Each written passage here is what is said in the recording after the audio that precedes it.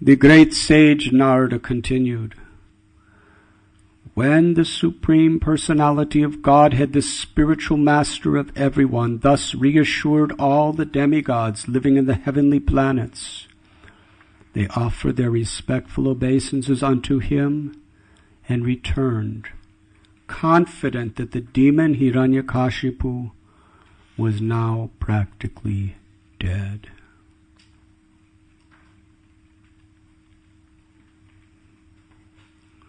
I'm very grateful to be with all of you once again. Bhaktivedanta Manor. Today we are reading from Srimad Bhagavatam, Canto 7, Chapter 4, entitled Hiranyakashipu Terrorizes the Universe. Text 29.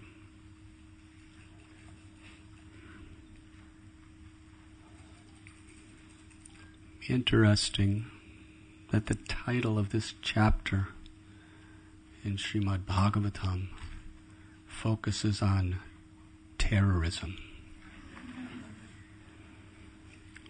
Sometimes we think how bad the age of Kali is. So much hypocrisy, so much quarrel, so much cheating, so much illicit sex, intoxication, gambling, slaughter of animals, and practically no one can be at peace due to terrorists.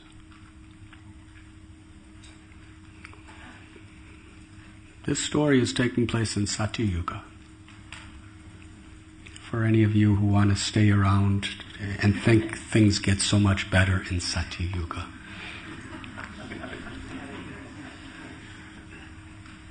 And, these big public enemy number one heads of terrorist organizations today, they're hiding in caves somewhere between Afghanistan and Pakistan. They are not even like infant mosquitoes compared to Hiranyakashipu. He was really a terrorist. He didn't have to hide in a cave. He was living openly in Indra's palace, ruling the entire universe. He didn't need to, try to make secret arrangements with Iran or some other country for dirty nuclear bombs or whatever they call them. He had all the demigods as his servants and maidservants. Hiranyakashipu would lift his eyebrow, which indicated that he was about to become angry. And the demigods would tremble and stand before him with folded palms and say, "How could we serve you, my master?" Everyone except Brahma, Vishnu, and Shiva was in that position. Go ahead, raise your eyebrows, see who cares. He was a powerful personality. And he was a terrorist. He sent his armies wherever there was yajnas being performed to destroy the yajnas. Wherever there was people following religious principles that did not honor and worship him alone, the priests would be tortured or killed. Yes, today we have these fundamentalist religious terrorists. He outlawed any other religion except the worship of him. That was his religion. Now today, people say that, my religion, or else you should die. They're not talking about their religion. They're talking about them. It's basically the Hiranyakashipu mentality. I and mine. Hiranyakashipu was the I and these different fundamentalist, fanatical, sectarian religious are just, instead of I, it's mine. If you don't follow my religion, you should die. He was saying, if you don't follow me, you should die. That is the religion. It's just an extension of the same exact false ego. Why are we attached to what's mine? Because it's connected to me.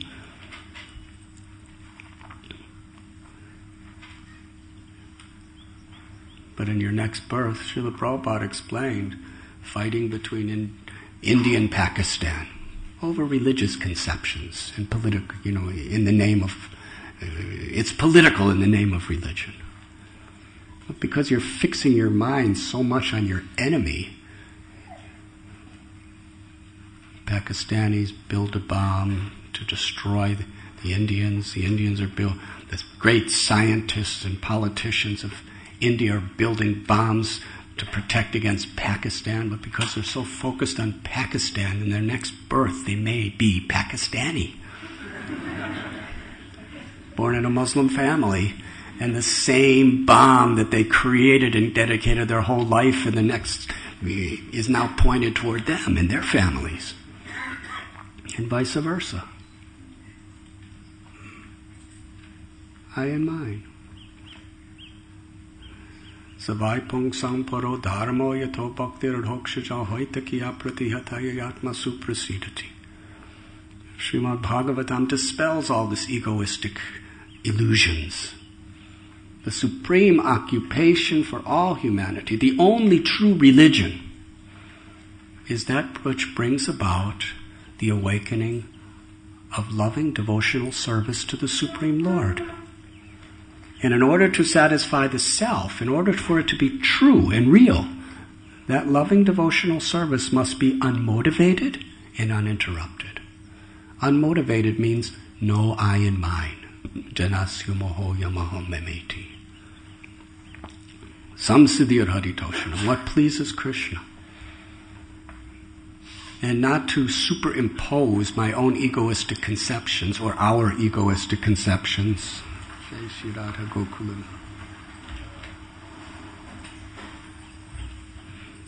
upon what pleases the Supreme Lord. This is human intelligence being activated by the false ego. That what I want, what I believe, is what God wants. Therefore, it is absolute. When false ego takes on political dimensions, it's very, very dangerous. When false ego takes on social dimensions, it's quite dangerous. When it takes on dimensions that affect our interpersonal relationships among our family and friends, it's dangerous. But when that same false ego extends itself to religious doctrines, then it takes on absolute dimensions. What I think is the absolute will of God. And therefore, anything can justify the fulfillment of the absolute will of God. Well, Hiranyakashipu demonstrated this to a to an extreme historical success degree. For him, everything was revolving around his ego. He was the center of everything. If it satisfied him, it was good. If it didn't, it must be crushed. Not much different than most of us. The only difference is he was really good at it. And we're just not very good at it. Who do we crush? What can we crush? What can we actually accomplish in that sense? Hiranyakashipu was so determined. He performed his tapasya, gained the benedictions of Brahma, and conquered the universe.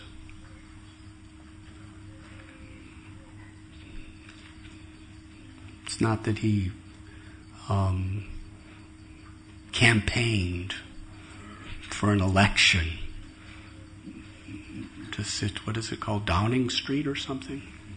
10 Downing Street, is it? To sit there and after a few years be removed because the voters don't like what he's doing. Or the President of the United States or the Prime Minister of India, whatever. They last for a few years and then they're gone, or they're outvoted, or their office expires. And you have so many enemy nations.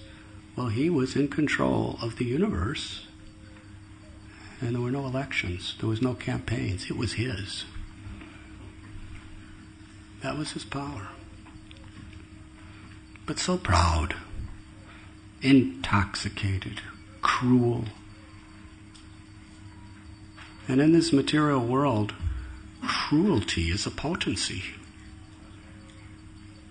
Everyone did exactly what he wanted because of his cruelty. Because they were afraid of him. There was absolutely no love that had anything to do with his life. It was power and control based on his anger and cruelty. So yes, he controlled the universe. But Narada Muni tells in a previous verse, he was never satisfied. He never found any real contentment because he could not control his senses. He was the obedient servant of his mind and senses. Goswami is one who is actually happy because we conquer over this tendency of ego. We don't need to feel importance on the basis of I am the controller, I am the proprietor, or I am the enjoyer. They're artificial and unsustainable, whatever pleasures we gain from that misconception. Because it's all based on a false illusion. Therefore, Sri Chaitanya Mahaprabhu, he begins his glorious teachings to Srila Sanatana Goswami on the banks of the Ganga in Varanasi. 2 months, Mahaprabhu sat all day, every day, giving instructions to Sanatana Goswami on so many details, from the beginning stages to the topmost stages of pure devotional service. And he begins his teachings with this very simple principle. Jivara Swarupoy Krishnara Nityadas.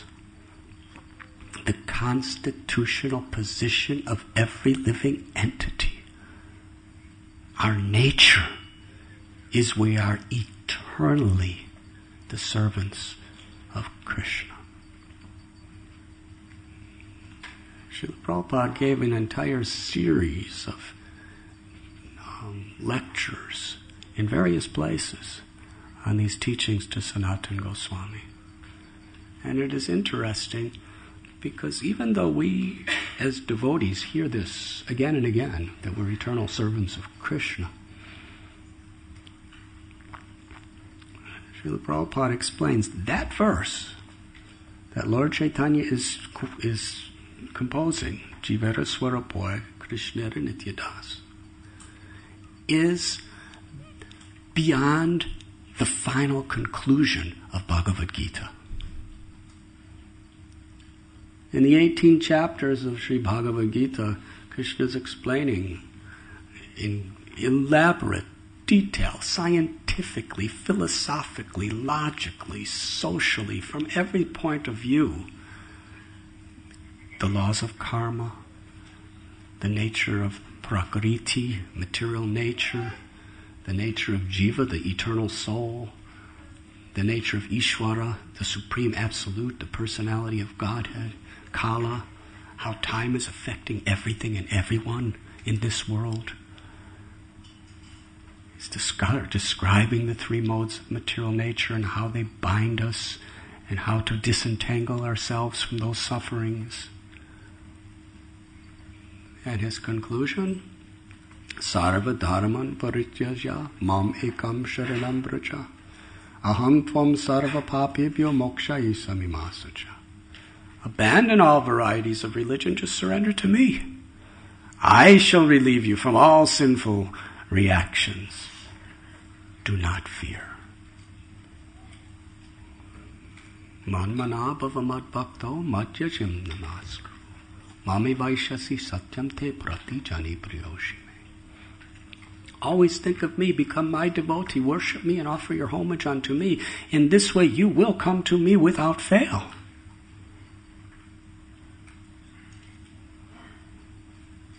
We see there are so many scriptures in the world.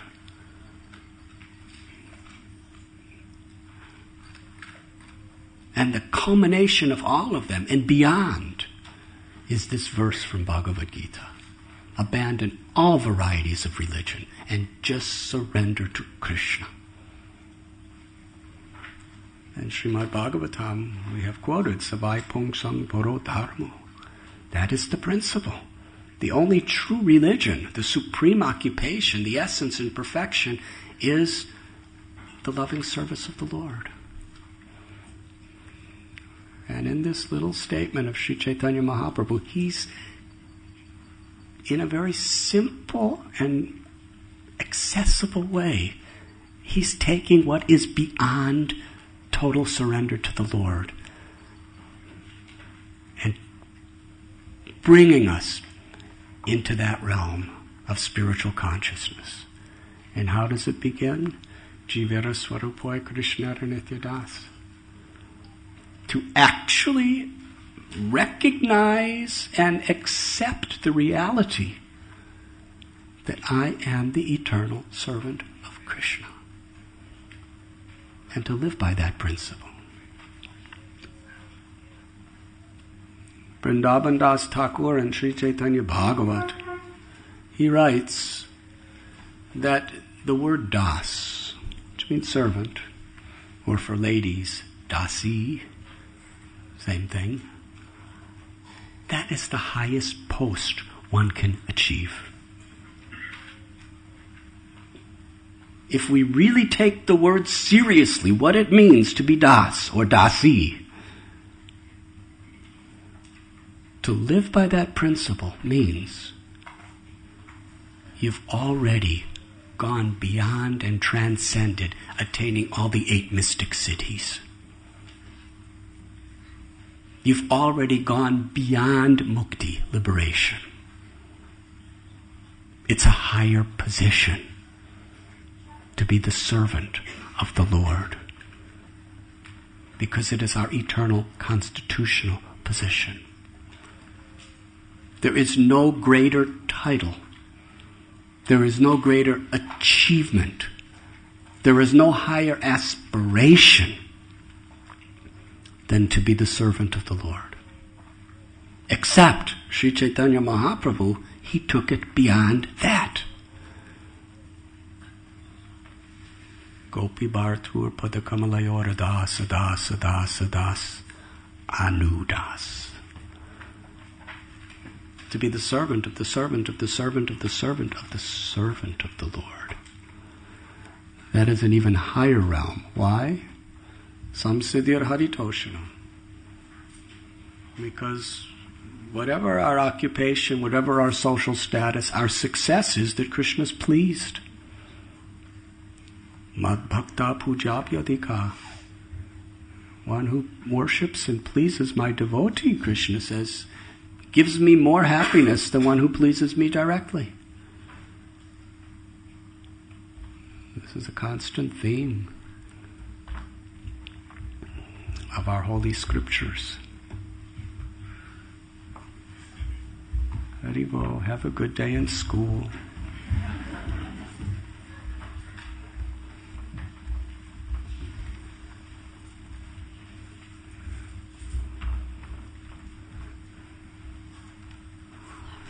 Hari Om, Moksha Lakshmi Devi.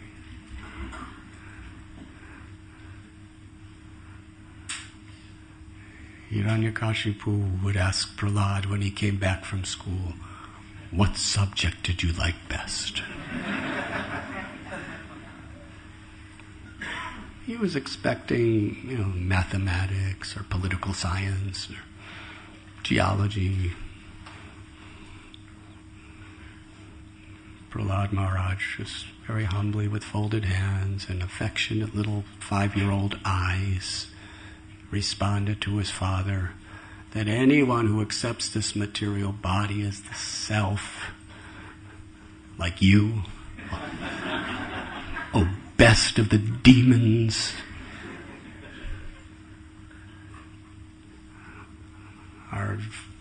have fallen into a deep, dark, blind well where there is no water and only suffering, and you should go to Vrindavan and surrender to Krishna.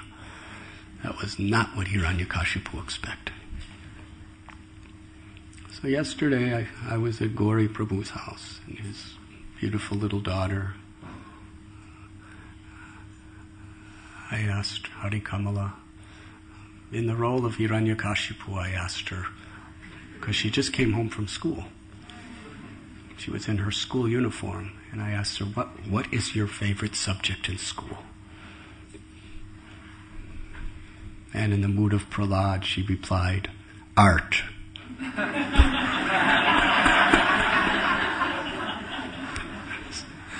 So I was very happy. She was being very gracious toward me.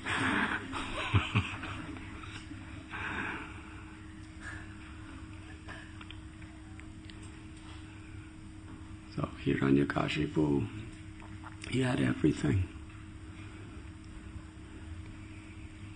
But he had no peace, he had no happiness. Because he wanted to be the enjoyer, the controller, and the proprietor. And Sri Chaitanya Mahaprabhu, he gave us this very simple principle. In Vrindavan Das Thakur, his biographer, he illuminated this idea so beautifully. The greatest privilege, the greatest honor, is to be the servant of the servant of the servant of the Lord. If we're happy with that, we could be happy in any situation. If we want something else, we'll never be happy. Because it's not who we are. It's not real. Our whole conception of our identity and our hope for pleasure is built on the foundation of an unsustainable illusion. Bhoktaram jagatapasam sarvaloka maheshwaram suradam sarvabhutanam gyatva mam shantim rachati. If you want to attain peace and happiness, Prabhupada called this the peace formula of Bhagavad Gita. That Krishna is the supreme proprietor of everything. Krishna is the supreme object of enjoyment for everyone and everything. And Krishna is the well-wishing friend and benefactor for everyone. A devotee wants to do good in the world, but a devotee understands, I'm just an instrument of Krishna's goodness and Krishna's love. I'm not the doer. Yesterday we were discussing at our program when there was that enormous forest fire in Vrindavan, engulfing the entire Brajavasi community. No one was thinking, I'm going to be the one to take the credit for putting out this fire. It was beyond all of them. They all united together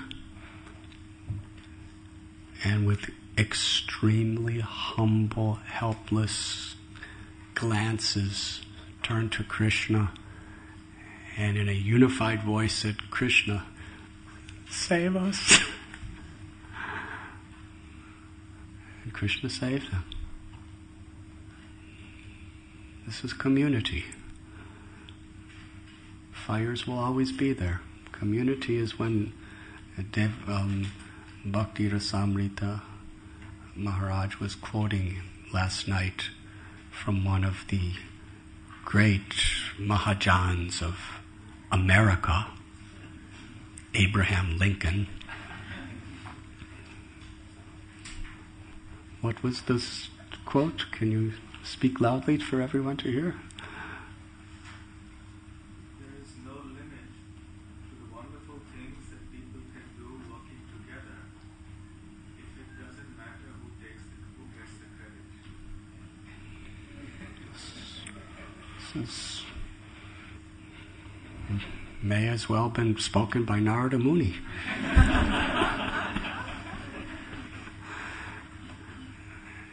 There's no limit to the wonderful things that we can do together as long as nobody is inclined to take the credit.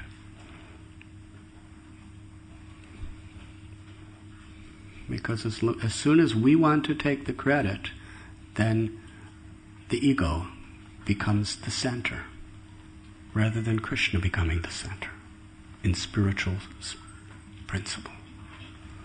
As soon as any person wants to take the credit, then there will be unwanted competition. We'll be hoping that other people don't do better than me. We will not be encouraging people to do according to their capacity, because we want to be the one. As long as we want to take the credit for anything we do, then the potential of envy is there between us. And all sorts of individual and collective divisions between us because of different ideas and different opinions, which really come down to who gets the credit. Most ideologies in this world are not so much based on a philosophical platform.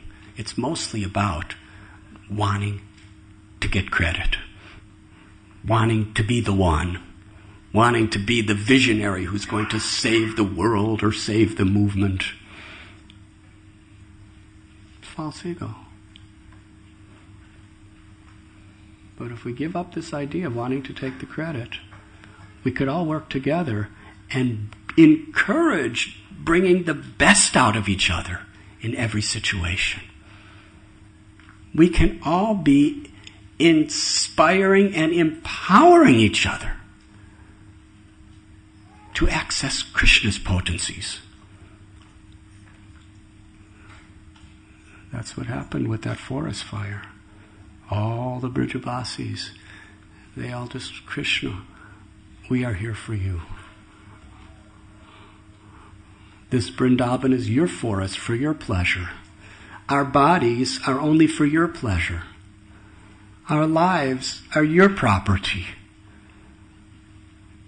They had no selfish thoughts. It's not that they were afraid of the forest fire because they would die. They were seeing that our bodies, the forest, that the homes, the cows, everything is for Krishna. Krishna, for your enjoyment, please save us. Interesting. In America, or in English, not America, America's a British colony that somehow became radical.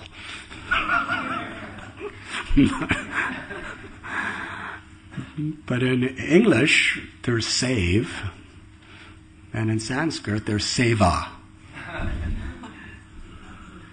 I just thought of that. But I can't take credit, I'm sorry.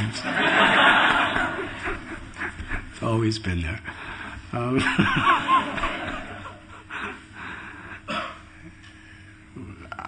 We are saved when we are in the mood of seva. If we're just doing seva, we're saved.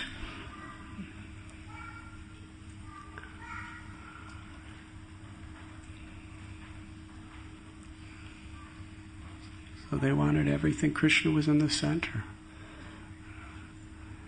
And here we find, on a lower spiritual level, we find the same thing going on right in these pages that we're reading from the Srimad Bhagavatam.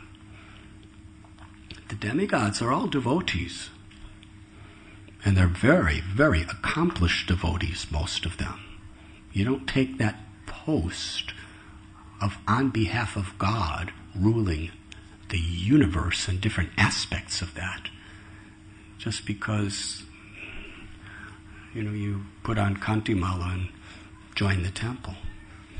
You have to do some serious devotional activities to take that post. But generally, for most of the demigods, they want to serve Krishna, but they have that mixed karma mishra bhakti.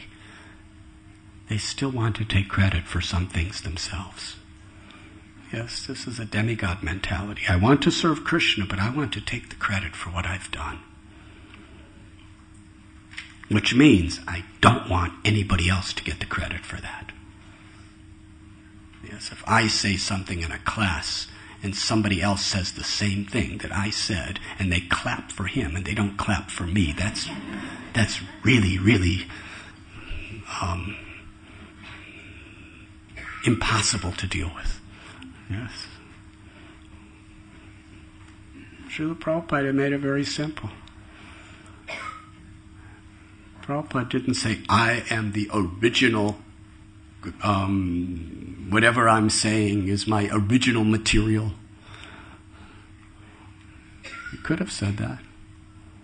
We never heard any of it before.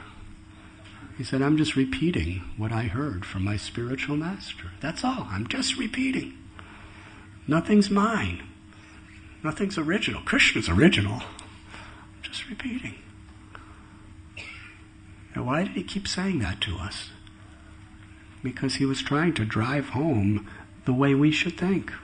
We shouldn't be attached to taking credit for what we do or what we say or who we are. We should give the credit to Krishna. If we give the credit to Krishna, we are transcendental to the modes of material nature. Happiness, distress, honor, dishonor, victory, defeat, pleasure, pain. We transcend all these dualities when we just give credit to Krishna. And giving credit to Krishna giving credit to each other. To another devotee, if somebody does something nice, we don't say, you didn't do it, Prabhu, Krishna did it.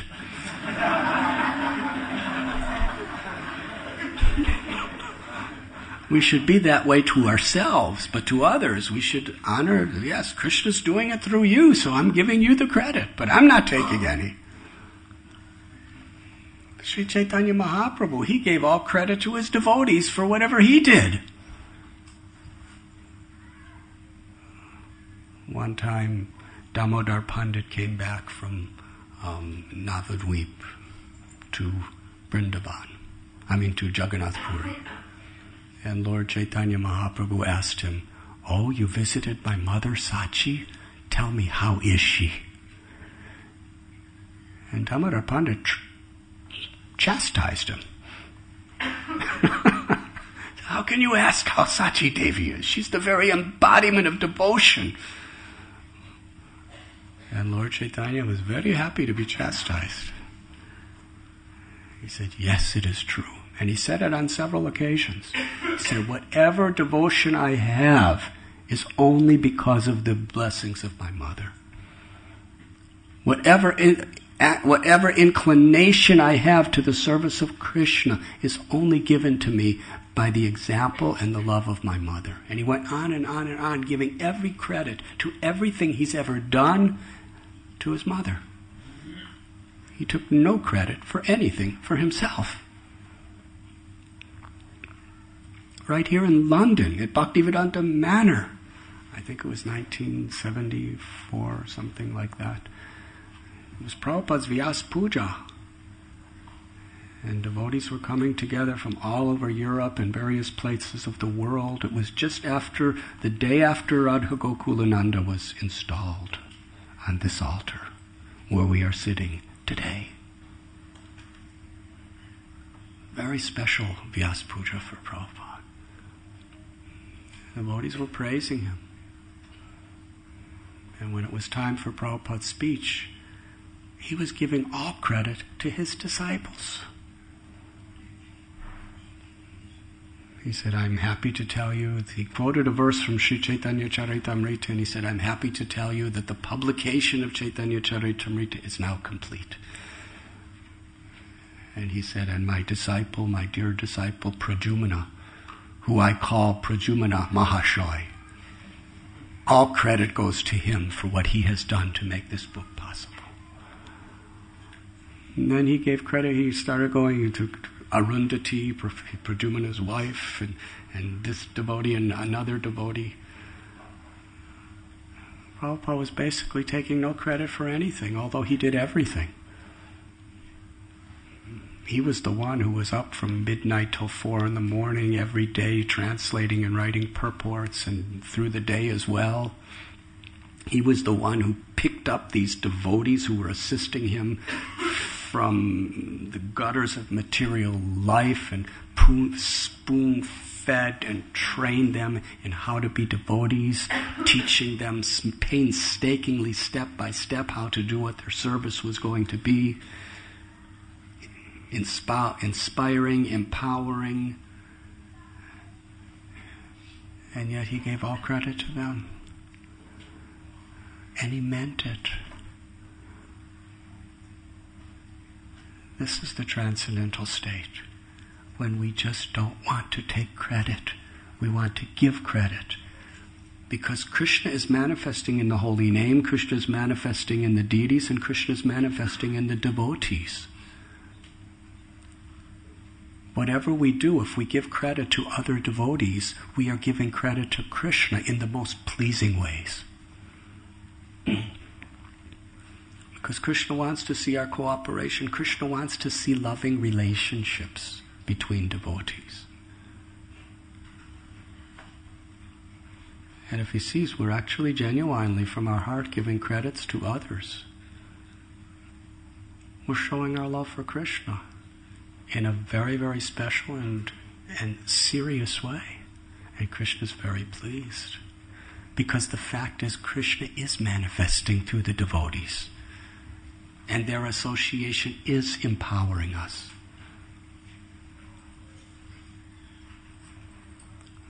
So here we have the demigods. They're devotees, but some of them want to take credit. So they have really big posts. And tremendous quantities of wealth and riches and influence and power. Sometimes they fight with each other too. But in the presence of Hiranyakashipu, they were totally united because they all were helpless and it was hopeless. So just in a similar way of the Brijabasis, when they were surrounded by fire, they all in total unity came to Krishna and said, please save us. There's nothing we can do. All the demigods approach Lord Brahma. And with Lord Brahma, they all approach Lord Vishnu. We are absolutely, totally helpless. We are surrounded by the fire of Hiranyakashipu's powers. The demigods were really like slaves of Hiranyakashipu. They were in a humble position. And because they took shelter of Krishna in a totally humbled, hopeless position, where it was beyond them, where none of them was going to take the credit for saving the universe, where none of them was going to take the credit for anything, because they had nothing left. They lost everything. In that state, they approached Krishna. And because they were all united, if just one demigod would have said, Krishna, I don't know about the rest of them, but please help me. Krishna wouldn't have come. In all of these stories, Hiranyaksha, Hiranyakashipu, Ravana, all the demigods together, unanimously take a humble position in total unity and cry out to Krishna, save us. Then Krishna appears. This is Sankirtan. All of us together. We give up this misconception. We give up this Hiranyakashipu tendency to be the proprietor, to be the controller, to be the enjoyer, to take the credit. And with one voice, we cry out to Krishna. Hare Krishna, Hare Krishna, Krishna Krishna, Hare Hare, Hare Rama, Rama Rama, Hare Hare. Jivara Swarupoi Krishnara Dis Nityadas. This is what it means to be the servant of Krishna. Deep down inside. Anyone can just say, oh, I'm a servant, my name is Das or Dasi, and I have the Kanti Mala, and I wear a sari or shave my head, and I'm a very nice person, and I clean the floor, I make the garlands, I'm a servant. That's nice. That's a preliminary, superficial level. But servant is something of the heart. It's a mentality, it's a state of consciousness. To really be a servant means I want to give credit to Krishna, to Guru, to the Vaishnavas. I'm here for them. To really be a servant means to be united with each other for the higher purpose. And in a preaching movement, what is that higher purpose? To access the grace of Lord Chaitanya and Lord Nityananda to save these people. Prabhupada, he saved all of us, but what was his mentality? Anjala he wasn't writing in his diary, I am going to distribute bhakti throughout the Western world by my scholarship and my devotion. No, Prabhupada was writing, I have no scholarship, I have no knowledge, and I have no devotion, but you've given me the name Bhaktivedanta. So Krishna, now it is up to you to fulfill that. I don't have the words. Unless you give me the words, I cannot reach them. So from the very beginning, seeing the blazing fire of material existence engulfing the entire world, Prabhupada was liberated, but he wanted to save us. From the very beginning, Krishna, only you can do it. He gave all credit to Krishna. He gave all credit to his Gurudev. He gave all credit to his disciples. He took no credit for himself. Advaita Charya is Mahavishnu. Nityananda is Balaram. Srivas Thakur is Narada Muni, who's speaking this story.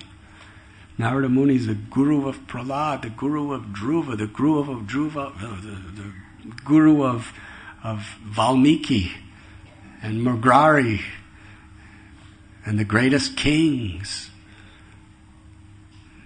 Even Kamsa offered his obeisances to Narada Muni. Powerful personality. But here he is as Srivas Thakur.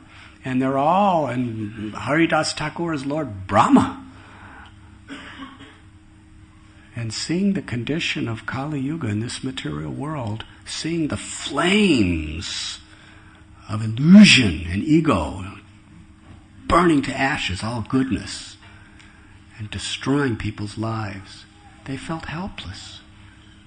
They were all in their own ways praying, Krishna, if you don't personally appear, there's nothing anyone could do. Advaita Prabhu was weeping crying out for Krishna, offering tulsi leaves and Ganges water. Please come, save them. I can't do it. And Srivas, Haridas, Nityananda, they were all doing the same things. And Mahaprabhu came. That was Prabhupada's mood. Krishna, save them. Let me just be your instrument. And if you feel you're an instrument of God's grace, you cannot take credit for anything. Otherwise you think I'm the doer. You push Krishna aside, say it's about me. But if we're really instruments, if we really want to access that spiritual potency, we have to push our ego aside and say, it's Krishna. It's Krishna coming through the devotees. It's Krishna coming through the name. It's Krishna coming through the deities. And it's Krishna coming through me. It's not me. So the demigods are all approaching Vishnu, and when he sees that they're all united and they're really sincere, they're chanting his names helplessly, then he assures them. And we come to this verse today, that when he starts harassing his son, Prahlad, I will come. And even though the demigods were like fugitives, they were like refugees. They had no homes, they had no property, they had no possessions. They were just on the run.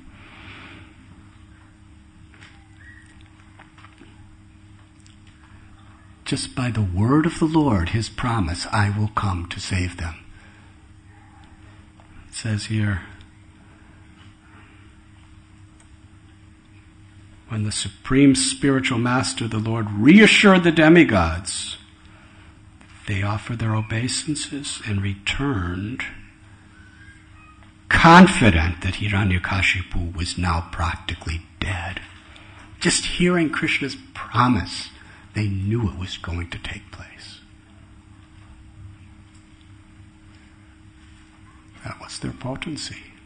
That was their qualification. They had faith. Krishna says, just think of me, become my devotee. You will come to me without fail. And then Krishna says, I promise you this. It's Krishna's promise. If we just take to this Krishna conscious path, bhakti, sincerely, Krishna will save us. If we do seva, we will be saved. And Prabhupada promised us, as Krishna's representative, just chant these 16 rounds, follow the 4 regulative principles, don't criticize others, follow what's in my books. Just learn the art of servitude and chant Hare Krishna. And he said, you will go back to Godhead in this life. We just do that. Ananyas chintayanto mam yejena parayupashate tesham nityabhiyuktanam yogakshemam vahamyaham. Just sincerely take shelter. Krishna says, I shall preserve whatever little you have, and I will carry what you lack. This is the path of grace, if we're just sincere. And I'll end this class by once again quoting that beautiful line that I've discovered in Prabhupada's books. I explained it last time I was here. In Mumbai at our Radha Gopinath temple, I was very, very busy with lectures and meetings and all sorts of other obligations. And I had to give a class. I think it may have been a Sunday program. There was over 1,000 people in the temple, and they were all waiting for me, and I had no idea what I was going to speak on.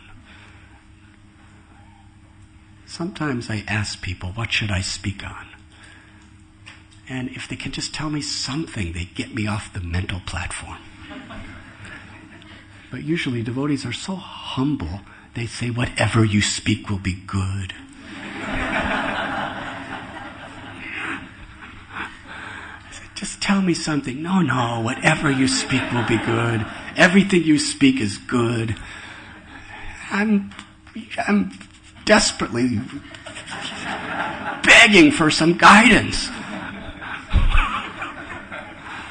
So I tried that, and I asked a few devotees, and they gave me that answer, that humble answer. Oh, whatever you say will be good. Krishna will speak through you. Thank you. So I got no assistance. So I was in a more desperate condition. So I just, in the room I stay, it has cow dung walls and a straw mat and a small room, and it has books all over the place.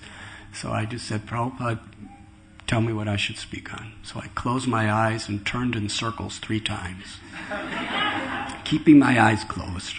And then I pointed my finger like this, and I walked straight, and I touched a book. And keeping my eyes closed, I took the book off the shelf. And still with the eyes closed, I opened the book. And then I took my finger and put it on a line in the book. And I decided, this is what I'm going to speak on. When you do that in Prabhupada's books, you have to be ready for anything. Prabhupada says a lot of things about a lot of things.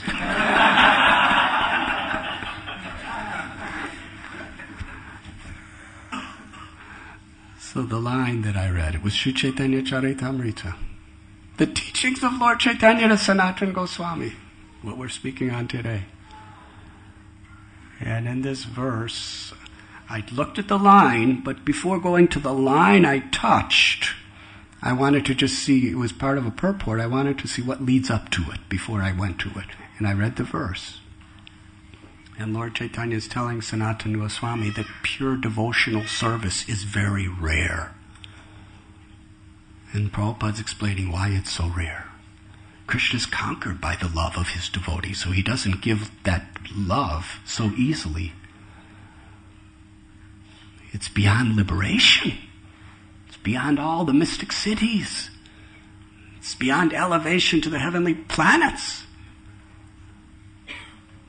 It's beyond elevation to Vaikuntha. And then was the line my finger was on. Srila Prabhupada writes, although pure devotional service is very rare, if one is sincere, serious, and without ulterior motives, Krishna will easily give it. Pure devotional service. That's Prabhupada's promise. That's Chaitanya Mahaprabhu's promise. Nityananda Prabhu's promise. Nityananda Prabhu would go village to village, town to town, house to house, shop to shop, person to person with the same message, with tears in his eyes, folded palms, coming to the most sinful of sinners like Jagai and Madhai, what to speak of the rest of them. Chant Krishna's names, worship Krishna. Speak about Krishna. Krishna's your mother, Krishna's your father, Krishna's your real wealth, Krishna's your life and soul. Just take Krishna. Whatever you've done, it doesn't matter. Just give up those bad habits and just come to Krishna. Come to the path of bhakti. And then Nityananda Prabhu say, if you just do this, I am your property. I am yours. Lord Chaitanya gave the same message. He told the townspeople of Navadvip, just chant Hare Krishna. Chant the names of Krishna. No hard and fast rules. Do it yourself, or play instruments with your family, with your friends, wherever you are. Just chant Krishna's names. Become a devotee, servant of Krishna. And then when he walked around the town, and wherever he saw a person taking the path of bhakti seriously, Lord Chaitanya would personally put a garland on them. He would anoint their limbs with chandan, sandalwood pulp, and he would, with tears in his eyes, embrace them with gratitude.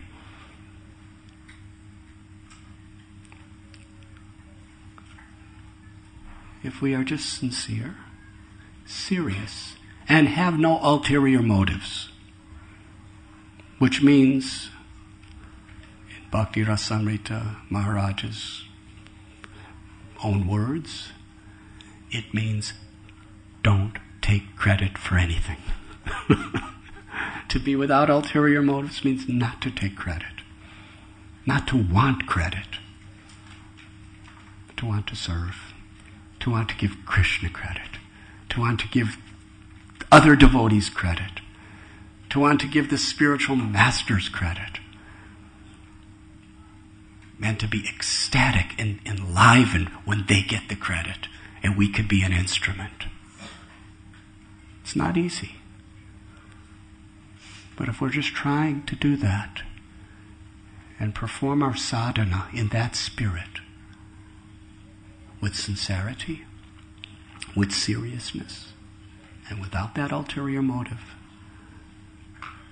then we will attract Krishna. And he easily gives to any one of us pure devotional service.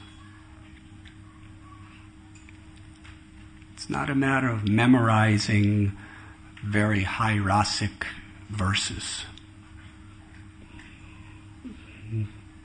The problem with that is oftentimes it makes us even more proud. I know higher subjects than you, so I'm better than you, or we're better than you. That's not what bhakti's about. Before you can have access to those high subjects, Trinadapi sunichena taror bhagisahishna amanina manadena kirtaniya sadahari. Unless we can chant the holy names, humble like the grass, tolerant like the tree, eager to offer all respect to others and expect none in return, our heart is not a fertile place for the seed of pure bhakti to grow. Bhakti is about realization of these subjects and Krishna's leelas in our heart with love. It's not just about memorization. Whatever memory we have, we should use it. We should develop it. Whatever skills. But it is realized according to our service attitude.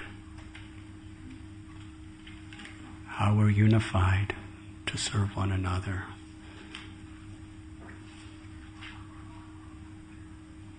To give pleasure to Krishna. Thank you very much. Hare Krishna. Is there any questions?